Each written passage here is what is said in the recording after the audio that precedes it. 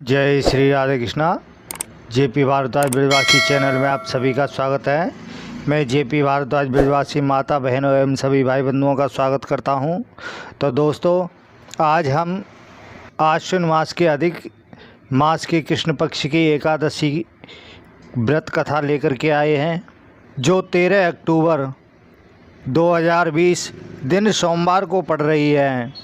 इस व्रत का क्या फल है, क्या महत्व है तथा हम कथा का श्रवण कराएं उससे पहले जो भी हमारे इस वीडियो को नए सदस्य देख रहे हैं, कृपया उनसे अनुरोध है चैनल को सब्सक्राइब करें, लाइक करें तथा शेयर भी करें और बगल में लगा घंटी का बटन दबाना ना भूलें, जिससे हम जो भी वीडियो बनाएं उन सभी का नोटिफिकेशन आपके पास में पहुँचे। तो दोस्तों, अधिक मास के एकादशी का कथा का श्रवण हम आपको कराते हैं। बोलो एकादशी महात्म की जय।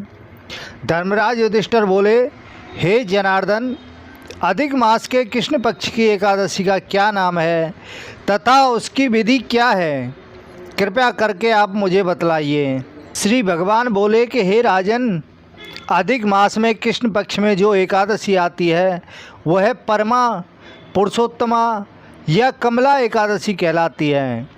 वैसे तो प्रत्येक वर्ष में 24 एकादशियाँ होती हैं। जब अधिक मास या मलमास आता है तब इनकी संख्या बढ़कर 26 हो जाती है। अधिक मास या मलमास को जोड़कर वर्ष में 26 एकादशियाँ होती हैं। अधिक मास में 2 एकादशियाँ होती हैं, जो पद्मिनी एकादशी शुक्ल पक्ष और परमा एकादशी कृष्ण पक्ष के नाम से जानी जाती है। ऐसा श्री कृष्ण ने अर्जुन से कहा। भगवान श्री कृष्ण ने अर्जुन को इस व्रत की कथा का वह विधि भी बतलाई। काम्पिल्य नगरी में सुमेधा नामक एक ब्राह्मण अपनी पत्नी के साथ निवास करता था। ब्राह्मण बहुत धर्मात्मा था और उसकी पत्नी पतिव्रता स्त्री थी। वह परिवार बहुत सेवा भावी था। दोनों स्वयं भूखे रह जाते, परंतु अतिथियों की सेवा हृदय से करते थे। धनाभाव के कारण एक दिन ब्राह्मण ने अपनी पत्नी से कहा, धनोपार्जन के लिए मुझे परदेश जाना है, क्योंकि इतने कम धनोपार्जन से परिवार चलाना अति कठिन काम है। तब ब्राह्मण की पत्नी ने कहा, मनुष्य जो कुछ पाता है वह अपने भाग्य से ही पाता है। हमें पूर्व जन्म के कर्मानुसार उसके फल स्वरूप ही यह गरीबी मिली है। अतः यहीं रहकर कर्म कीजिए, जो प्रभु की इच्छा होगी वही होगा। पत्नी की बात सुनकर ब्राह्मण सोचने लगा और उसने परदेश जाने का विचार त्याग दिया। एक दिन संयोगवश कौंडिल्य ऋषि उधर से गुजर रहे थे, जो ब्राह्मण के घर पधारे। ऋषि कौंडिल्य ऋषि को अपने घर पाकर दोनों बहुत प्रसन्न हुए। उन्होंने ऋषि की खूब भगत की।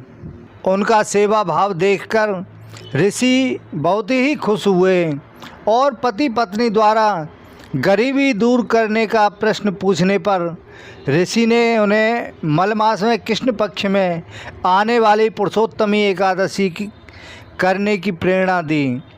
व्रती को एकादशी के दिन स्नान करके भगवान विष्णु के समक्ष बैठकर हाथ में जल एवं फूल लेकर संकल्प करना चाहिए। इसके पश्चात भगवान की पूजा करनी चाहिए। इसके बाद ब्राह्मण को भोजन करवाकर दान दक्षिणा देकर विदा करने के पश्चात व्रती को स्वयं भोजन करना चाहिए। उन्होंने कहा कि इस एकादशी का व्रत दोनों रखें। यह एकादशी धन वैभव देती है तथा पापों का नाश कर उत्तम गति भी प्रदान करती है। धनाधिपति कुबेर ने भी इस एकादशी का व्रत का पालन किया था, जिससे प्रसन्न होकर भगवान भोलेनाथ ने उन्हें धनाध्यक्ष का पद प्रदान किया।